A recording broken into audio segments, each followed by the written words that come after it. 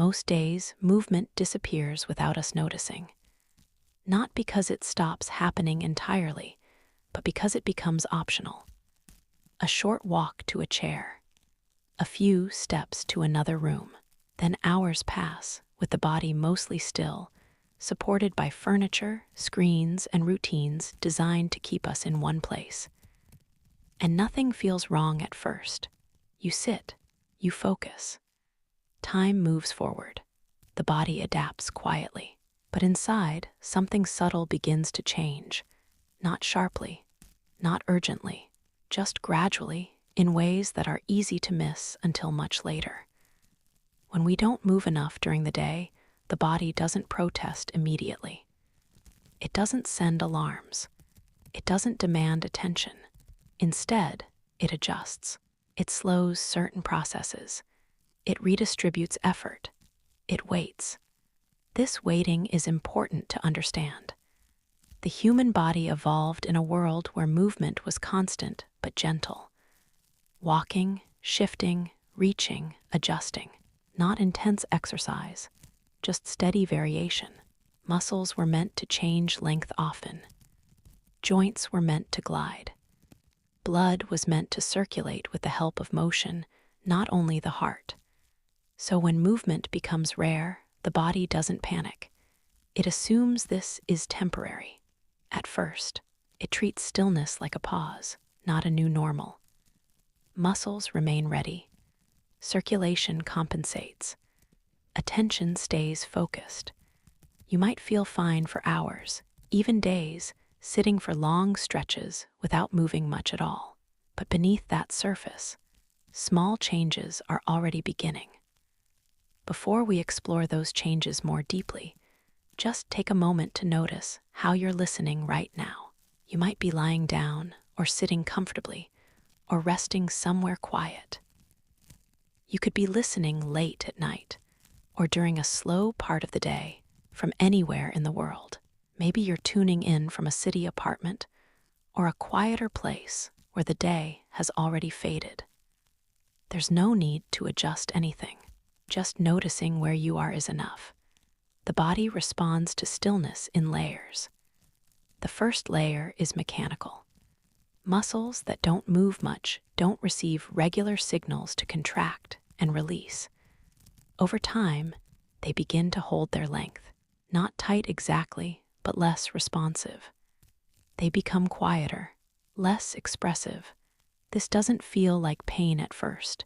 It feels like neutrality, a kind of background stiffness that doesn't announce itself unless you stand up suddenly or stretch after sitting for a long time. Joints experience something similar. Movement normally helps distribute fluid that keeps them smooth and nourished. When motion is limited, this distribution slows. The joints don't fail. They simply become less fluid, more reluctant to move freely. The body is conserving energy. At the same time, circulation begins to rely more heavily on gravity and pressure rather than motion. Blood still flows, of course. The heart keeps working steadily. But without frequent movement from the legs and torso, circulation becomes less dynamic. It still reaches where it needs to go, just with less assistance. This is why long periods of sitting often come with subtle sensations. Heaviness in the legs, a desire to shift position, a feeling that standing up requires more effort than it should. The body isn't weakened. It's adjusting to a quieter environment. What's interesting is how little attention these changes demand. You can remain mentally sharp while the body slowly becomes more still-oriented. You can think clearly, work deeply, and remain engaged, all while physical systems quietly recalibrate in the background. This separation between mental activity and physical movement is relatively new in human history. For most of our existence, thinking and moving happen together. Decisions were made while walking. Observations were gathered while shifting position. Rest came with sleep, not with hours of sitting upright. So when movement disappears from the day, the body experiences a mismatch. The mind remains active. The body waits. Over time, this waiting extends beyond muscles and joints. It reaches systems that regulate energy, alertness, and even how tired we feel at night. Because movement doesn't just change the body. It tells the body what kind of day it's having. As the hours pass without much motion, the signals that normally mark time begin to blur. The body has fewer reference points, fewer transitions, fewer physical markers separating morning from afternoon, activity from rest. This blurring has consequences that unfold slowly, quietly, and often without being connected back to movement at all. And that's where the deeper effects begin. As the day continues with little movement, the body begins to interpret time differently. Movement acts like punctuation. It breaks the day into clear segments. Standing, walking, reaching, and changing posture all send small signals that say something has shifted. When those signals are missing, the day becomes smoother, flatter, and harder for the body to read. Internally, this matters more than we realize. The body doesn't measure time the way clocks do. It measures change.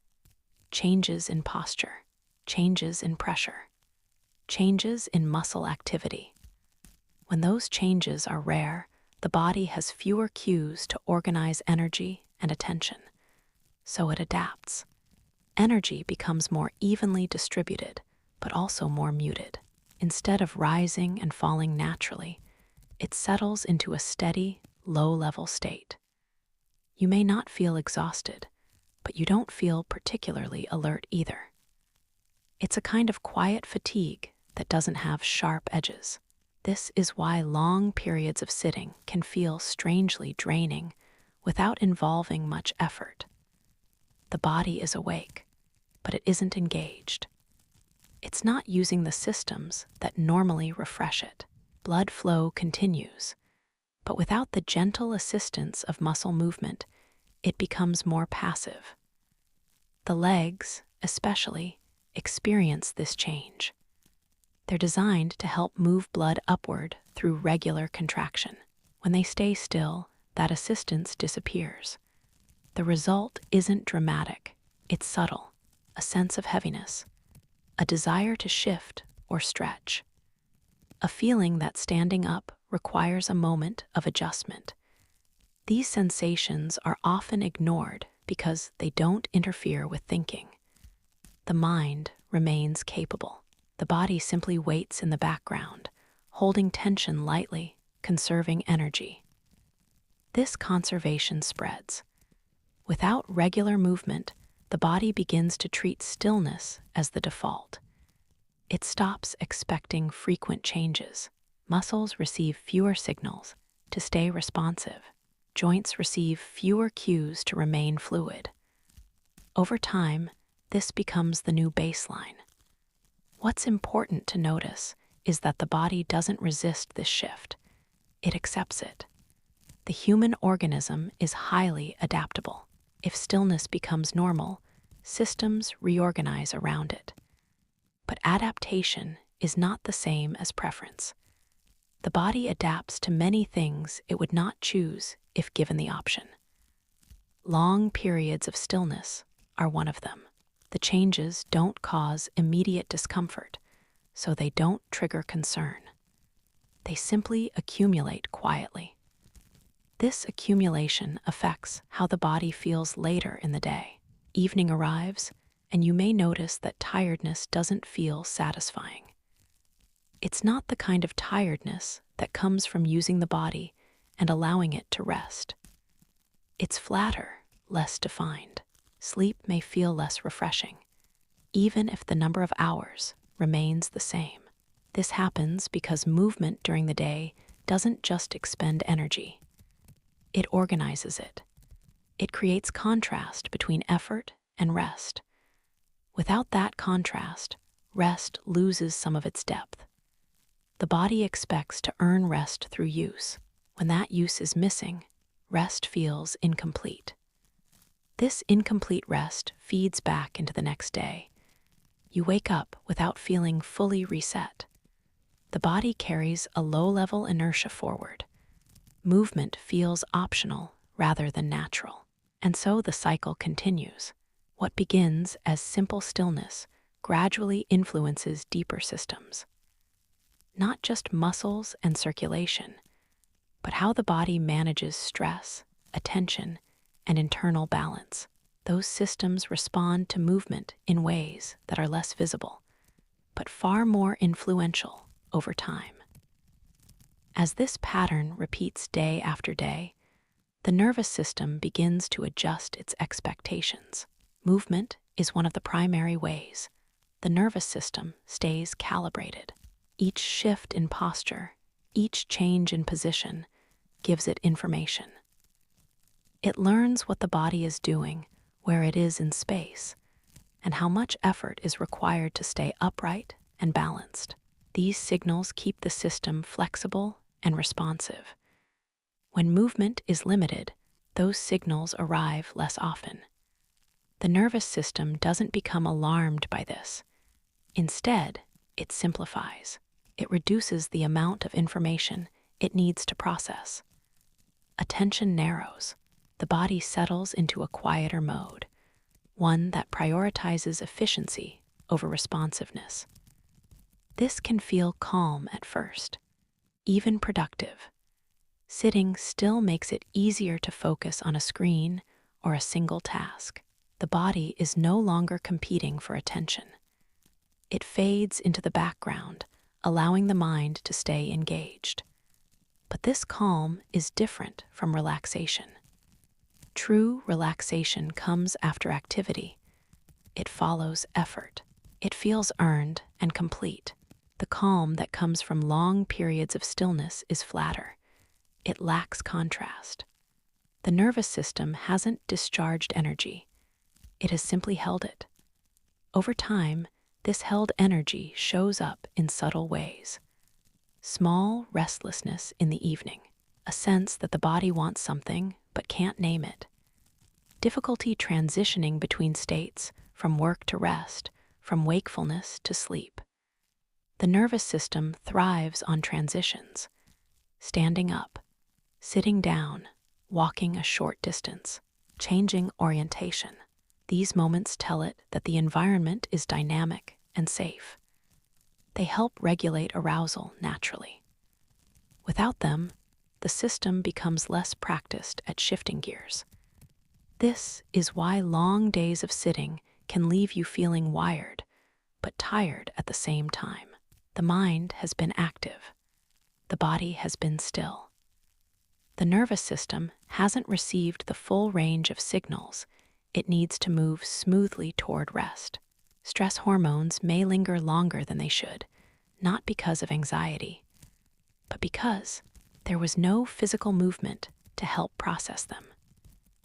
Movement is one of the body's oldest ways of closing stress cycles. When it's missing, those cycles remain slightly open. Again, this doesn't feel dramatic. It feels vague, hard to identify, easy to attribute to something else. You might notice that your breathing stays shallow without realizing it, that your shoulders remain lifted, that your jaw holds tension longer than necessary. These are not signs of danger. They are signs of a system that hasn't been given enough opportunity to reset. The nervous system doesn't demand exercise.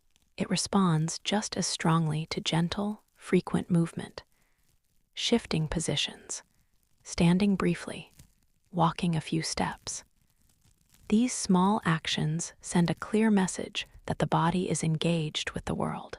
When those messages are rare, the system adapts by staying partially activated, waiting for a signal that never quite arrives. This waiting changes how the body feels at rest. It makes relaxation less immediate, sleep less inviting, not because the body is overstimulated, but because it hasn't completed the natural arc from activity to rest.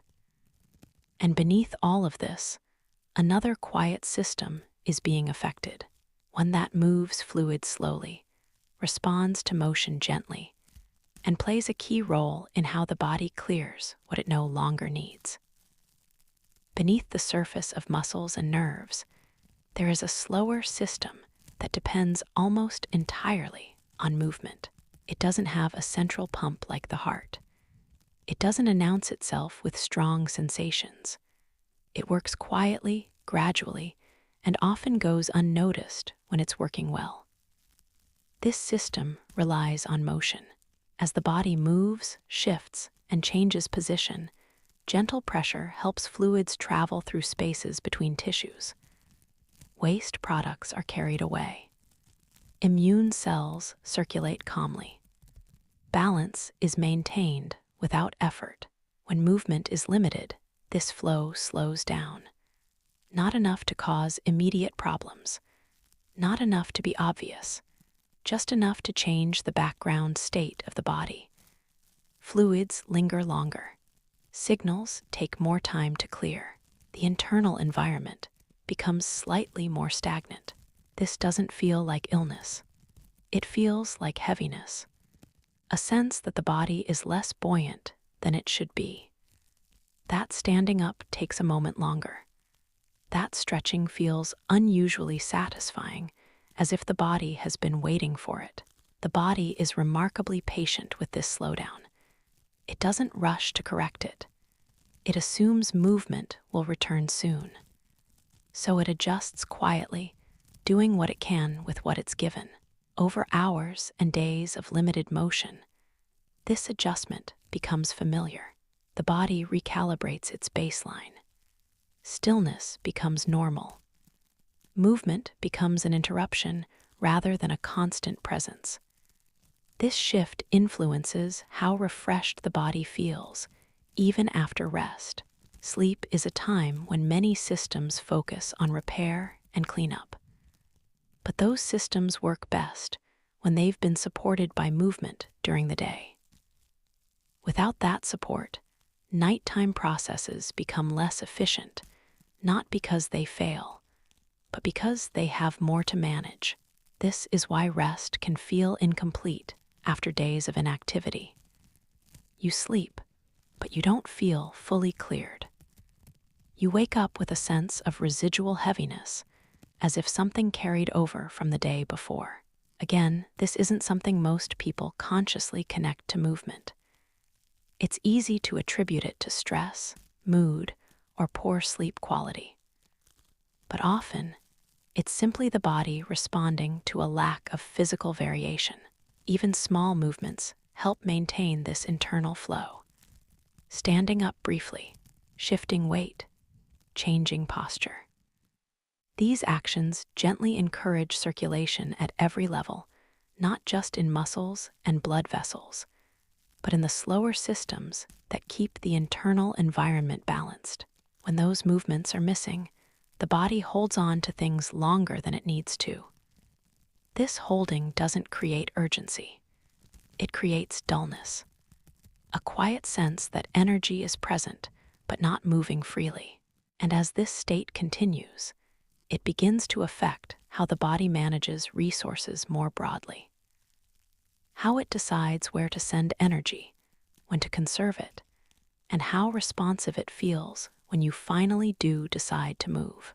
As stillness stretches across the day, the body begins to make quiet decisions about how to use its energy. Energy is not just something we spend. It's something the body allocates. It decides where to send it, when to hold it back, and how much effort feels appropriate for a given moment. Movement plays a large role in shaping these decisions. When movement is frequent, even gentle movement, the body learns that energy will be used and replenished regularly. Systems stay responsive. Muscles expect to be called upon. Attention rises and falls in natural waves. When movement is rare, the body adapts in a different way. It begins to conserve. This conservation doesn't feel like fatigue at first. It feels like caution. The body becomes less willing to spend energy impulsively. Movements feel heavier. Getting up requires a moment of preparation. Starting tasks takes slightly more effort than it used to. This is not weakness. It's efficiency in response to stillness. The body assumes that if movement is rare, energy must be preserved.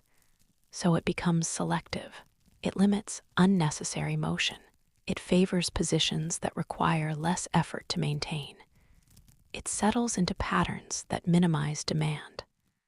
Over time, this influences how we experience motivation. Motivation is often thought of as a mental quality, something related to will or interest, but it has a strong physical component. The body needs to feel ready to act before the mind feels motivated to begin. When the body has been conserving energy all day, that readiness is reduced. Tasks that require movement or engagement feel larger than they should. Not overwhelming, just heavier. This heaviness can be misleading. It's easy to interpret it as a lack of desire or interest, when in reality, it's the body hesitating to shift out of conservation mode. You might notice this most clearly at the end of the day. The idea of moving, stretching, or even preparing for bed can feel oddly effortful, even though nothing physically demanding is required. The body has spent the day learning how to stay still, and it resists change. This resistance isn't stubbornness, it's adaptation. At the same time, the body's sense of reward shifts. Movement usually provides subtle feedback: warmth, looseness, a sense of completion. Without those signals, the brain receives fewer cues that effort leads to positive outcomes. So the internal balance between effort and reward becomes slightly skewed. Rest doesn't feel as satisfying. Activity doesn't feel as inviting. The body exists in a quiet middle state, neither fully engaged nor fully at rest. This state can persist even into the night. Sleep depends on a clear contrast between use and recovery. When the day has been physically quiet, the body doesn't feel the same urgency to shut down and repair. Sleep may still arrive, but it often feels lighter, less grounding. The body hasn't been asked to do much, so it doesn't need to recover much, and yet something feels unfinished. This unfinished quality carries into the next morning. The body wakes without a strong sense of readiness. Energy feels present, but unfocused. Movement feels optional rather than natural. As days of limited movement accumulate, this pattern reinforces itself. The body becomes increasingly efficient at staying still, and less practiced at transitioning into motion. This transition between stillness and movement is where another subtle effect begins to appear, one that influences not just energy and motivation, but how clearly the body senses itself in space. As the body spends more time still, its sense of itself begins to soften at the edges. Normally, movement keeps awareness grounded in the physical body. Each step, each shift of weight, each reach or turn provides constant feedback. The brain learns where the body is in space by feeling it move through space. This feedback doesn't demand attention, but it keeps the internal map clear. When movement is limited, that map becomes quieter. The body is still present, of course, but it's less actively sensed. Limbs feel more distant. Posture becomes something you notice only when discomfort appears. There's less ongoing conversation between the body and the brain about position, balance, and orientation. This isn't disconnection. It's simplification. The nervous system reduces the amount of sensory information it processes when that information isn't changing. Without variation, signals fade into the background. The brain learns that it doesn't need to listen as closely. Over time, this can change how movement feels when it finally happens. Standing up after long sitting can feel momentarily unfamiliar. The body takes a second to reorient. Balance adjusts. Muscles respond a little slower than expected. This isn't weakness. It's the nervous system re-engaging systems that haven't been used much. Small movements usually keep this re-engagement seamless. When they're missing, transitions become more noticeable. This also affects posture in subtle ways. Without frequent movement, the body settles into positions that require the least effort to maintain. Muscles that support upright alignment become less active. Other muscles compensate quietly, holding tension to keep things stable. This tension isn't painful. It's functional, but it accumulates. You might notice it as a feeling of compression, a sense that the body wants to lengthen or unfold, even if you can't quite say where. Stretching feels especially relieving, not because something was wrong, but because something had been waiting. The body remembers how it's meant to move. This memory isn't stored in thought. It's stored in sensation. When movement returns, even briefly, the nervous system recognizes it immediately. There's a sense of clarity, of waking up physically. When movement remains limited, that clarity fades. The body becomes quieter internally. Not calmer, but less expressive. Sensations blend together. Distinctions soften. This can feel peaceful in short doses, but over long periods it contributes to a kind of dullness. Not boredom, not fatigue, just a lack of definition. This lack of definition influences how the body responds to rest. Sleep depends on clear signals from the body about when it's time to let go. When physical awareness is muted, those signals become less distinct. The body doesn't resist sleep. It just doesn't invite it as strongly. As this continues, another system begins to feel the effects. One that depends on physical cues to regulate mood and emotional tone.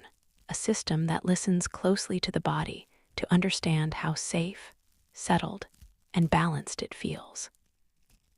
As physical cues grow quieter, emotional tone begins to shift in small, almost unnoticeable ways. Emotions are not separate from the body. They are shaped by it, informed by it, and regulated through it. Movement plays a quiet but important role in this regulation. It helps emotions rise, pass through, and settle naturally. When movement is limited, this process slows. The body usually provides subtle signals that help emotions complete their cycle. A change in posture can relieve tension. A short walk can soften restlessness. A stretch can release a feeling that didn't have words. These actions don't solve emotions, but they give them somewhere to go. Without that outlet, emotions tend to linger. Not intensely, not dramatically, just longer than they need to. A mild sense of unease may stay in the background. Irritation takes more time to fade. Low mood feels heavier, even without a clear cause. This isn't because something is wrong emotionally. It's because the body hasn't been given enough opportunity to participate in emotional regulation. The nervous system listens closely to the body when deciding how safe and settled it feels. Movement reassures it. It signals adaptability. It says the body can respond, adjust, and change if needed. Stillness, when prolonged, sends a different message. It suggests limitation. Not danger, but constraint. The system becomes more cautious, less fluid.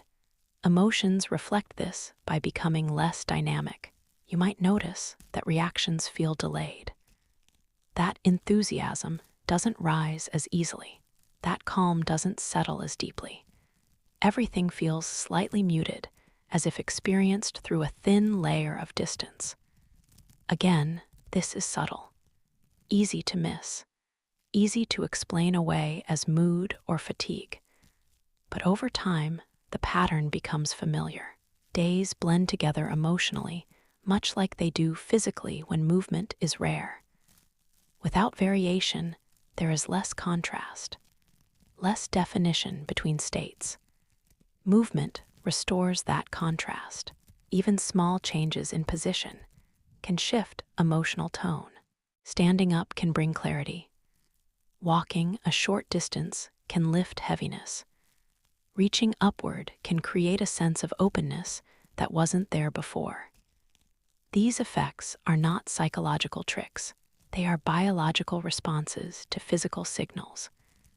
When the body is still for most of the day, those signals are absent. The emotional system waits. It holds states instead of moving through them. This holding affects how we feel in the evening. You may notice that emotions surface more clearly at night after a day of inactivity. Not because the day was emotionally intense, but because the body finally becomes quiet enough for stored signals to be felt. Restlessness appears. Thoughts feel louder. Mood feels less settled. This is often mistaken for mental stress, but it's frequently physical in origin. The body hasn't had enough chances to release what it's been holding. As this continues, sleep becomes more elusive, not because the mind is too active, but because the body hasn't completed its emotional work for the day. And beneath all of this, another quiet shift is taking place, one that ties physical movement to the deepest rhythms of rest and recovery, and shapes how naturally sleep arrives when the day finally ends. As night approaches, the body looks for signals that the day is complete. These signals are not abstract. They come from changes in light, sound, temperature, and activity. They tell the body that effort has ended and recovery can begin. Movement plays a role here that often goes unnoticed. When the body has moved during the day, even gently, there is a clear contrast by evening. Muscles have been used. Joints have shifted. Systems have been engaged and released. The body recognizes this pattern and understands that rest is earned. When movement has been limited, that contrast is weaker. The day doesn't feel finished in the same way. The body hasn't received enough information to clearly mark the transition from activity to rest. So it hesitates, not by staying awake intentionally, but by remaining partially alert. Sleep pressure builds through many small cues. Darkness helps. Quiet helps. Familiar routines help. But physical use is one of the strongest cues the body relies on. Without it, sleep arrives differently. You may feel sleepy, but not grounded. Tired, but not ready. The mind may drift, but the body doesn't fully settle. Muscles remain slightly engaged. Breathing stays a little shallow. The system hovers between states. This hovering is uncomfortable, even when it's subtle. It can lead to lying awake longer than expected, or falling asleep but waking easily, or sleeping through the night without feeling restored in the morning. None of this means the body is failing. It means it's missing information. The body expects movement to be part of the daily rhythm. It uses it to measure how much repair is needed, how deeply it should rest, how fully it can let go. When that information is incomplete, sleep becomes lighter and less efficient. Over time, this pattern reinforces itself. Days without movement lead to nights without deep rest. Nights without deep rest lead to days with less energy for movement. The cycle becomes self-sustaining. And yet, it remains quiet. There are no sharp symptoms, no obvious warnings, just a gradual flattening of experience. This is why adding movement back into the day often improves sleep without addressing sleep directly. The body doesn't need instruction. It needs signals. Movement provides them naturally. Even small changes make a difference. Shifting position more often, standing briefly, walking a few steps between tasks. These actions don't stimulate the body. They inform it. They remind it that the day has shape, that effort and rest are distinct, that it's safe to fully let go when night arrives. As this understanding settles in, the body begins to reorganize its rhythms quietly. Energy starts to flow more freely. Emotional tone becomes more responsive. Sleep feels less elusive. And with that, we come to the final layer of this story. A wider view of what movement really offers, and why the body responds to it not as exercise, but as a fundamental language it has always understood. When you step back and look at all of this together, movement reveals itself as something much simpler than we often make it. It isn't a task. It isn't a goal. It isn't something the body demands in large amounts. It's a form of conversation. Through movement, the body tells itself that it is alive in the world, that it can change position, that it can respond, that it is not fixed or trapped. Each small shift sends a message that things are moving forward, even if nothing else is changing. When movement fades from the day, that conversation grows quiet. The body doesn't panic. It doesn't complain. It waits. It adapts. It becomes efficient at stillness, even if stillness was never meant to be the dominant state for so many waking hours. Over time, this quiet adaptation touches everything. How energy feels in the morning, how attention holds in the afternoon, how emotions settle in the evening, how sleep arrives at night. None of these changes are dramatic on their own. They don't announce themselves. They blend into daily life so smoothly that it's easy to believe they come from somewhere else. But the body remembers what movement feels like. It remembers the clarity that comes from shifting weight, the relief of stretching without intention, the subtle satisfaction of standing up after sitting. These moments don't need to be intense to be meaningful. They just need to exist. Movement doesn't fix the body. It reminds the body. It reminds it how to circulate, how to reset, how to let go of what's no longer needed, how to mark time not with hours, but with change. When movement is present, rest feels deeper.